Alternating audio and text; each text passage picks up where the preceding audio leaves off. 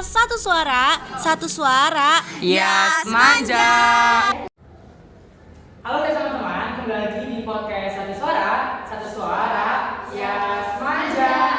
Oke, seperti biasa di podcast kali ini kita bakal membahas topik-topik yang trending nih di semester 1 Anjatan. Nah, salah satunya adalah pendidikan, kegiatan sekolah, dan juga bahkan prestasi-prestasi yang ada di SMA Negeri Anjatan khususnya teman-teman. Oke, di sini kita udah kedatangan narasumber dari kelas 10 yang kemarin baru aja diterima di PPDB tahun 2024 SMA 1 Anjatan ya Kak. Boleh perkenalan dulu Kak? Nama aku Alanisa Nasfaiza dari 10.6. Aku dari Nailul Husna dari 10.6. Halo semuanya. Halo.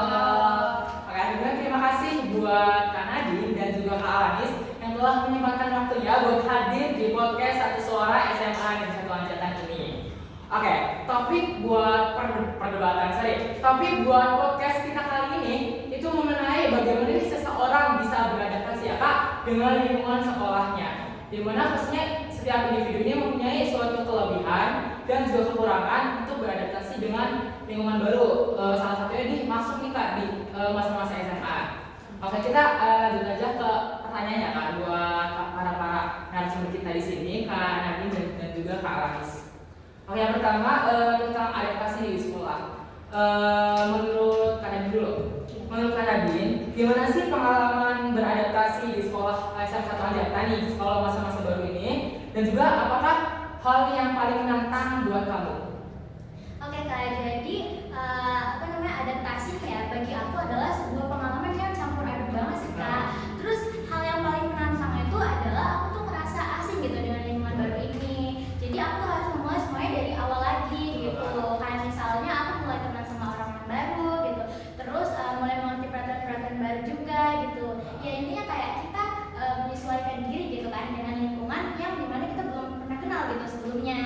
Terus juga banyak banget sih suka dukanya menurut aku. Kalau untuk sukanya sendiri ya itu aku bisa dapat kesempatan baru, terus bisa mengeksplor hal-hal yang seru juga. Terus aku juga bisa memulai fresh start gitu dengan memulai dari awal tadi gitu. Nah yang hal-hal yang menantang tadi tuh Kak, kita bisa jadiin nilai positif gitu buat aku untuk berkembang gitu. Terus sedangkan untuk dukanya aku tuh ngerasa kayak fish out of water gitu loh Kak. Jadi aku kebingungan karena waktu itu masih awal-awal juga kan Kak, jadi wajar gitu. Ya itu, bingungnya tuh kayak belum kenal siapa, terus bingung nih harus menyusun jadwal aku tuh gimana gitu kan, biar sesuai. Tapi ya balik lagi kan Kak, tadi itu semua tadi tuh namanya juga proses gitu, dan aku ngejalanin proses tersebut tuh dengan optimis gitu. Jadi lama-lama aku juga jadi enjoy gitu Kak. Kalau buat hari ini sendiri ada nggak sih buat sesuatu atau problem yang kakak hadapi nih di masa-masa baru SMA 1 Anjatan ketika mencari teman nih, tapi suatu teman ini nggak ada respon sama sekali sama kita, buat kakak itu gimana? Problemnya gitu. Iya. Ya menurut aku sih itu gimana ya, jadi kalau misalnya kita menemukan kejadian seperti itu, kita tuh harus kitanya harus respons gitu kan, kayak misalnya kitanya harus lebih apa lagi gitu ke dia. Apalagi buat teman-teman yang introvert gitu. Iya betul, ya. Oke, pertanyaan kita lempar ke Kak Alanis ya. Kita dengar pertanyaan atau jawaban dari Kak Alanis. Kan sebenarnya Kak Nadine nih udah menjawab dengan beradaptasi dengan yang suatu kayak dibuat strukturnya ya Kak. Kalau buat Kak Alanis gimana? Untuk aku sih kalau beradaptasi itu salah satunya dengan cara bertahap ya, karena semuanya tuh nggak langsung bisa semuanya terjadikan ataupun dilakukan sama kita sendiri kan. Jadi makanya untuk aku cara beradaptasi aku bertahap, kayak misalnya kayak kita ini awal masuk ini kita harus udah bisa menerima diri sendiri dan juga mempersiapkan planning kita buat kedepannya.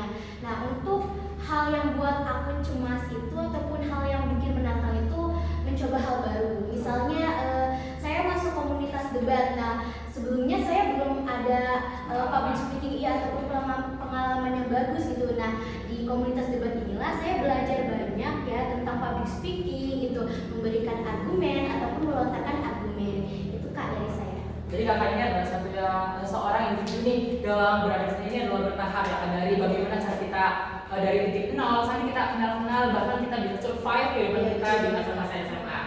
Oke, kita lanjut ke pertanyaan kedua aja, nanti bakal ditanya sama Kak Naila.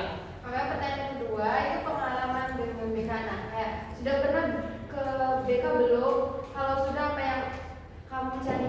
dan apakah itu membantu untuk Kak Alani? Ini Alanis ini.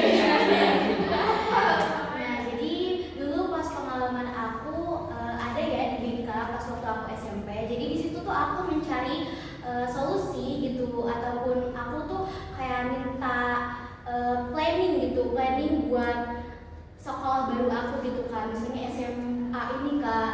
Nah kan di situ saya dibantu gitu dengan solusi-solusi yang mereka kasih, juga dengan planning juga yang mereka kasih buat nanti tuh kalau misalnya di sekolah 1 gak keterima nanti saya tuh bisa masuknya di sekolah mana gitu Kak, dan itu bener-bener ngebantu aku gitu. Kalau Kak Alanis ini masuknya jalur apa Kak? Kalau aku pakai jalur prestasi non akademik. Lomba apa? Lomba bahasa Inggris, Bahasa Olimpiade. Inggris. Oke, Ya. nanti kebetulan masuk ekstrakurikuler SCC juga. Iya betul Kak. Kalau dari Kak Nadine gimana Kak? Oke, jadi kalau dari aku sendiri, aku juga udah punya pengalaman gitu dengan BK. Jadi dan yang aku cari di sana tuh, jadi pada saat SMP aku tuh mengunjungi BK gitu kan di sekolah SMP aku. Terus di sana tuh aku tuh berkonsultasi gitu mengenai tujuan aku di masa depan lagi gitu. Kayak aku tuh di sana menceritakan tentang bahwa aku nih suka pelajaran A, suka pelajaran B, suka pelajaran C. Dan di sana aku juga menceritakan potensi dan passion aku gitu. Ya, terus di sana aku tuh minta wejangan mereka gitu, minta arahan mereka. Kira-kira gimana sih gitu aku milih jurusan saat di SMA kan di kelas 11 kan ada menu gitu kan Kak. Nah aku sebenarnya udah punya pilihan, cuman aku waktu itu masih ragu-ragu gitu. Jadi aku minta pendapat beliau gitu Kak. Dan beliau di sana memberikan arahan yang benar-benar membantu aku banget gitu. Jadi aku lebih yakin terhadap pilihan aku itu Kak. Kalau dari asal SMP itu kan bareng apa enggak? Beda-beda. Oh, jadi mungkin dari pendapat dari Kak Alanis dan juga Kak Nadine ini, mungkin beberapa BK baik itu di SMP dan SMA itu lebih condong nih teman-teman atau orang-orang dari siswa-siswi bertanya ke BK tentang masa depan ya, mungkin ya dari masuk ke SMA atau bahkan kalau di masa-masa SMA ini kita berkonsultasi mengenai bagaimana sih cara masuk ke kampus-kampus yang besar gitu ya Kak. Oke, Kak boleh dilanjutkan Kak pertanyaannya. Oke, untuk pertanyaan selanjutnya, mengatasi stres. Sekarang topik gimana sih mengatasi stres, apalagi di masa-masa di SMA ini pastinya banyak ya dari upgrade dari SMP ke SMA itu. Apalagi tugas-tugasnya. Bagaimana caranya mencari teman baru di SMA? Salah. Gimana tuh Kak? Oke, salah diulangnya. Maaf ya, pernah merasa stres atau cemas nggak sejak masuk SMA? Kalau iya, apa yang kamu lakukan untuk mengatasinya? Bukan nanti gimana mengatasinya? Oke, jadi untuk pernah apa enggaknya sih aku tuh merasa cemas atau stres sejak masuk SMA. To be honest, pernah sih Kak gitu, apalagi waktu awal PPDB kan. Di situ aku merasa stres dan cemas banget nih Kak, takut gak diterima gitu. Terus selain itu juga sejak masuk SMA ini nih, aku tuh merasa kayak karena kita juga kan seperti yang Kak bilang tadi, kalau misalnya aku nih lagi ada di masa transisi dari SMP ke SMA gitu, yang tentunya di SMA nih tuntutan akademik tuh lebih tinggi lagi gitu kan Kak. Jadi kayak aku tuh takut nih aku nggak bisa menyesuaikan gitu, aku tuh takut nggak bisa menyusunin waktu-waktu aku gitu Kak. Terus untuk menangani hal tersebut tuh aku tuh mencoba mengorganisir waktu aku gitu dengan cara menulis kayak to-do list gitu. Jadi hal-hal yang harus kita lakukan tuh aku tulis gitu, kayak ada jam-jamnya juga. Terus aku juga setting alarm gitu, kayak misalnya jam 8 nih aku waktunya untuk belajar gitu ya, aku juga di situ belajar gitu. Terus aku juga nggak lupa untuk menyatakan waktu untuk aku istirahat gitu. Jadi antara belajar dan istirahat tuh balance. Apalagi kesehatan juga penting ya Kak. Iya. Nah, untuk Kak Alani sendiri gimana cara mengatasinya? Menurut kamu? Untuk aku cara ngatasin stres aku itu dengan cara jurnal Kak. Jadi tuh kita tuh nulis perasaan kita.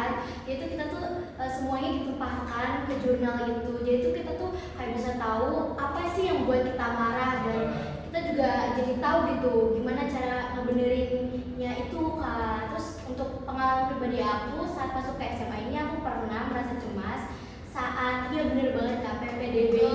Pasti ya, bisa masuk atau enggak ya. Iya betul banget, apalagi pas itu saya ada wawancara ya, tes wawancara maupun tes soal. Nah di situ untuk saya mengatasi stres saya ataupun cemas saya mencari tahu soal-soal yang sekiranya nanti bakal ada gitu di tes soal ataupun di pertanyaannya itu Kak, wawancaranya itu. Nah, pertanyaan selanjutnya Mungkin buat pertanyaan selanjutnya kita buat di part 2 nya aja. Apalagi kita udah masuk ini karena kita podcast ini di waktu istirahat pertama. Oke, tadi udah di dikit nih tentang bagaimana sih mereka mengatasi stres dan juga cemas saat pertama kali masuk ke masa-masa SMA ya.